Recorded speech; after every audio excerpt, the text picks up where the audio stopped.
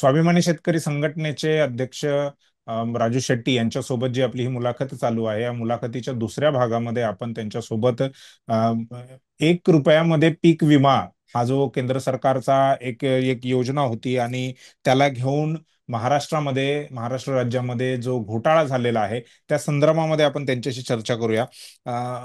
हा जो घोटाळा झालेला आहे, सगळ्यात अगोदर तर मला तुमची प्रतिक्रिया जाणून घ्यायची आहे.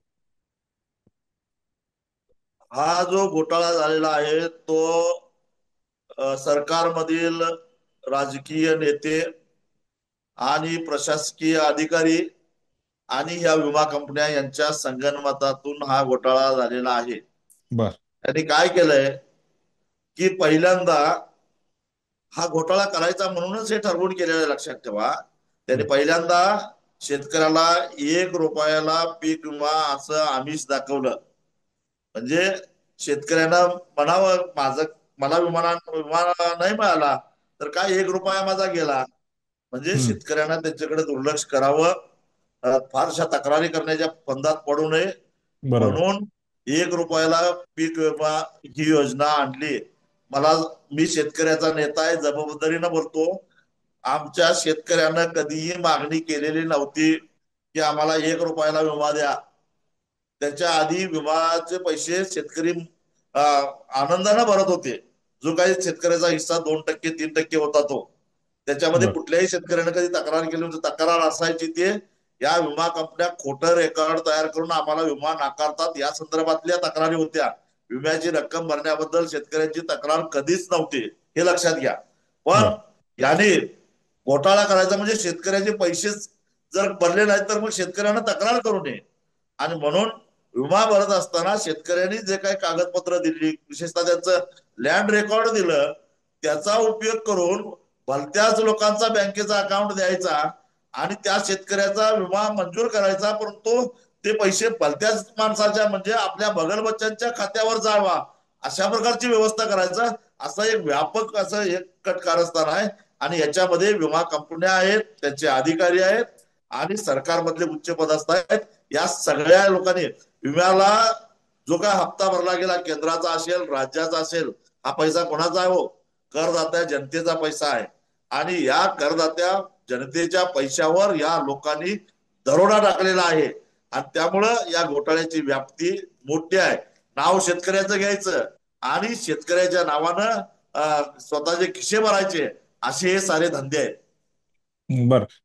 शेट्टी साहेब, या घोटाळ्याचं म्हणजे आरोप असा होतोय की या घोटाळ्याचं सेंटर जे आहे, हे एकच जिल्हा कसा काय आहे आणि ज्या जिल्ह्याच्या बाबतीमध्ये बऱ्याचशा आणि चर्चा अनेक आता होत आहेत. जिल्ह्यामध्ये झालेला आहे. चर्चेत आता फक्त एक जिल्हा आहे आणि त्या जिल्ह्यामध्ये प्रमाण जास्त आहे. याचं कारण त्यावेळेचे कृषी मंत्री हे बीडचे होते, हे लक्षात घ्या.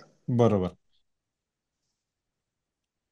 शेट्टी साहेब, हजारो कोटी म्हणजे सरकार म्हणतंय की 300-400 कोटीचा घोटाळा आहे. सरकारचे मंत्री असं म्हणतायत, परंतु सुरेश धस सारखे जे आमदार आहेत, जे सरकारचा भाग आहेत, ते असं म्हणतायत की 5,000 कोटींचा हा घोटाळा आहे. तुमच्या माहितीनुसार हा किती, काय नेमका आकडा काय या घोटाळ्याचा, किती व्याप्ती आहे? मुळामध्ये याच्यामध्ये विमा कंपन्यांनी सुद्धा फार मोठ्या प्रमाणामध्ये घोटाळा केलेला आहे. आणि केवळ शेतकऱ्याने भरलेल्या पैशाच का, हम्म. या विमा कंपन्यांनी खोटं रेकॉर्ड तयार करून जे काय राज्य सरकारनं भरलेले पैसे हाणलेले आहेत, त्याचं काय करायचं? याचे एकापेक्षा एक अनेक पैसे गेल्या 8 वर्षामध्ये अनेक म्हणजे अरेबियन नाईट्स मध्ये नसतील एवढ्या सुरस आणि चमत्कारिक घटना या पीक विम्याच्या बाबतीत घडलेल्या आहेत. एक उदाहरण सांगतो. परभणी जिल्ह्यामध्ये गंगाखेड तालुक्यामध्ये एका गावामध्ये पीक कापणीचा सर्वे झाला आणि त्या ठिकाणी जो रिपोर्ट तयार केला गेला, त्या रिपोर्ट नंतर त्या सर्कल मधल्या सगळ्या शेतकऱ्यांचा विमा नाकारला गेला. कारण उंबरठा उत्पन्न जास्त निघालं असं रेकॉर्ड तयार केलं गेलं.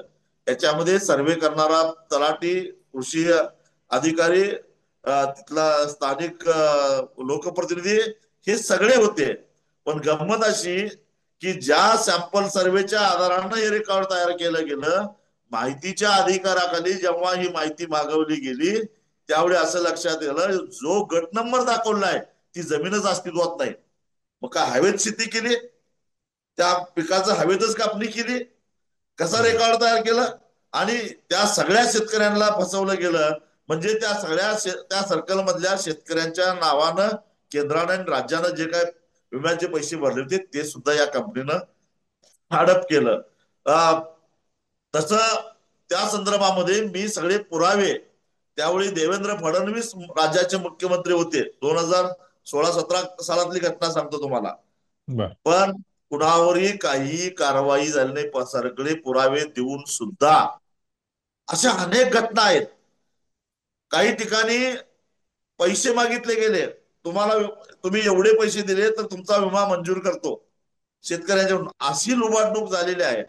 म्हणून मी वारंवार गेल्या 5 वर्षापासून एकच मागणी करतोय की एकदा केंद्र सरकारनं एक श्वेतपत्रिका काढावी आणि या पीक विम्याच्या नावाखाली या विमा कंपन्यांना राज्य सरकारनं पैसे किती भरले, केंद्र सरकारनं पैसे किती भरले, आणि त्या बदल्यामध्ये या विमा कंपन्यांनी संरक्षित रक्कम म्हणून शेतकऱ्याला पैसे किती दिले.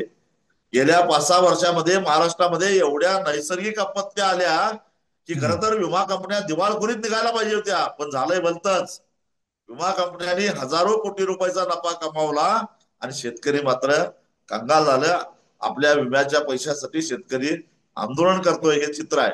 यांच्या अं, गुजरातनच विम्यातून पीक विम्यातून बाहेर का पडलं आणि महाराष्ट्र मग विम्याच्या योजनेत अजून का आहे, याही प्रश्नाचं उत्तर खरं तर आम्हाला मिळालेलं नाही आहे. बरोबर. कृषी मंत्री आहेत राज्याचे, त्यांचं असं म्हणणं आहे की कोणत्याही योजनेमध्ये 3-4% घोटाळा जो आहे तो होत असतो. तर आरोप असा होतोय त्यांच्यावरती की कृषी मंत्री जे आहेत किंवा सरकार जे आहे ते स्वतःच घोटाळ्याला प्रोत्साहन देत आहे. तुमचं काय म्हणणं आहे? हा निर्लज्जपणाचा कळस झाला.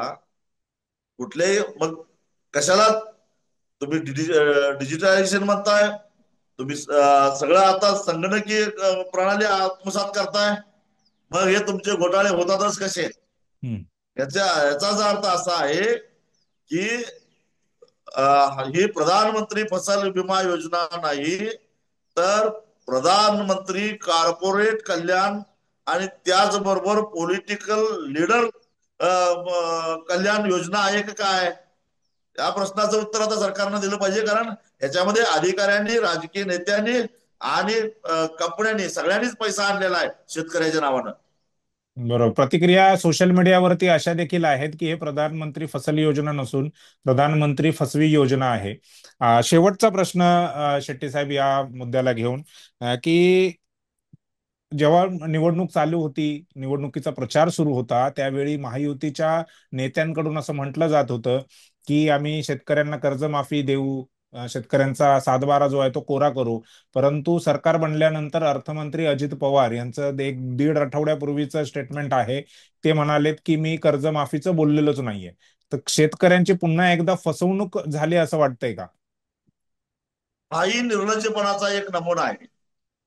एक तर महाविकास आघाडी च जे काय आघाडी होती त्याने असं म्हटलेलं होतं की आम्ही 3 लाखापर्यंतची कर्ज माफ करू, कर्जमाफी देऊ. हम्म.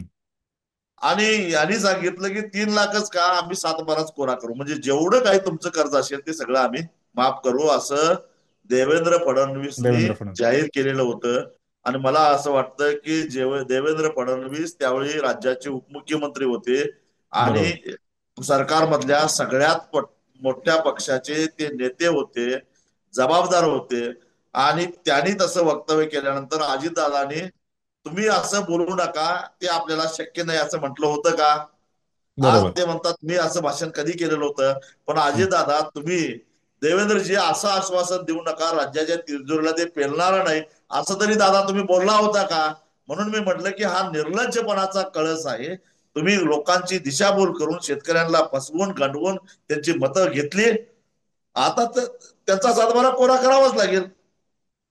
सरकार करत नाहीये, सरकार करणार नाही असं एकंदरीत अजित पवार यांच्या स्टेटमेंटवरून दिसतंय. त्यावरती देवेंद्र फडणवीसांनी देखील काही उत्तर दिलेलं नाहीये की नाही, अजित पवार जे म्हणतायत ते बरोबर नाहीये, चुकीचं आहे, आम्ही शेतकऱ्यांचा सातबारा जो आहे तो कोरा करू, जसं आम्ही निवडणुकीमध्ये आश्वासन दिलं होतं, असंही फडणवीसांकडून आलेलं नाहीये.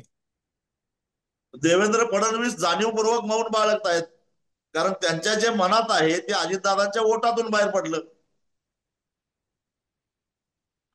एक एक म्हणजे मी खरं तर अगोदरच्या प्रश्नाला शेवटचा प्रश्न म्हणालो होतो, परंतु हा माझा आता शेवटचा प्रश्न एक तुमच्या बोलण्यातून जो मुद्दा सुचलेला आहे त्यानुसार शेतकऱ्यां एक एक काळ होता, तुम्ही एस. एम. जोशी यांचं उदाहरण दिलं. त्यांनी तुम्हाला तयार केलं तसं तुम्ही म्हणालात. एक काळ होता की शेतकऱ्यांच्या मतांना खूप मोठी किंमत होती आणि शेतकरी ठरवत होते की राज्याचा प्रमुख कोण बनेल. परंतु आता ज्या पद्धतीने ईव्हीएम आणि या सगळ्या गोष्टी ज्या आलेल्या आहेत, त्यामुळे असं वाटतंय का की शेतकऱ्याच्या मताचं किंमत राहिलेली नाहीये किंवा शेतकऱ्यांची भीती राहिलेली नाही राजकारण्यांना, म्हणजे वाटेल तेव्हा आश्वासन तेच द्यायचं, वाटेल तेव्हा त्याच्यापासून पाठ फिरवायची. मी तुमच्या एका प्रश्नामध्ये थोडी दुरुस्ती करतो. तुम्ही हा चुकून एस. एम. जोशी बोललात. हा. ते तर फार तुम्ही मोठे नेते हा होतेच. हा हा. ज्यांनी मला घडवलं ते शरद जोशी होते. शरद जोशी, सॉरी सॉरी, हा. हा, शेतकरी शरद नेते. जोशी, हा, शेतकरी नेते, त्यांच्या बरोबर. तालमीत मी तयार झालो. हा, हा, शरद ही जोशी. एवढी दुरुस्ती करा. हा, तर बरोबर. असं आहे की याला 3 कारणं आहेत. हम्म. शेतकरी हा शेतकरी राहिलाच नाही. बर. तो वेगवेगळ्या जातीत आणि धर्मात या लोकांनी विभागून टाकला आणि तो त्याचे प्रश्नच विसरला. बर. हे कारण आहे. दुसरं कारण आहे ते म्हणजे या शेतकऱ्यांना जाती धर्मामध्ये तर यांनी विभागलंच, पण या शेतकऱ्यांना अशा पद्धतीनं दिशाभूल केली की ते मूळ प्रश्नच विसरले. तेव्हा शेतकऱ्यांना सुद्धा आता जाणीव व्हायला लागली की आपण भरकटत गेलो, वाहवत गेलो. पैशाचा जो वारेमाप वापर झाला तेही एक कारण आहे. ग्रामपंचायतीच्या निवडणुकीमध्ये जसं मताला 1,000 आणि 1,500 रुपये वाटले जातात, तशा पद्धतीनं लोकसभेला आणि विधानसभेला पैसे वाटले गेले, ही वस्तुस्थिती आहे. आणि त्याला बिचारा गरीब माणूस बळी पडला. आणि सगळ्यात महत्वाची गोष्ट म्हणजे अजूनही महाराष्ट्रातल्या 80% जनतेच्या मनामध्ये शंका आहे की मी ज्या व्यक्तीला मत दिलेलं होतं त्या व्यक्तीपर्यंत ते मत पोहोचलेलं नाही, आणि म्हणून या लोकांना सत्ता मिळाली. बर. धन्यवाद सर, मुंबई आउटलुकशी बोलण्याबद्दल. आणि माझ्याकडून ज्या काही एक दोन चुका झाल्या त्याला देखील तुम्ही सांभाळून घेतलं, त्याबद्दल तुमचं आभार व्यक्त करतो. आणि एवढा जो तुम्ही वेळ दिलेला आहे या दोन्ही मुद्द्यांवरती सविस्तर चर्चा केली, त्यासाठी खरंच तुमचा पुन्हा एकदा मी आभार व्यक्त करतो. धन्यवाद.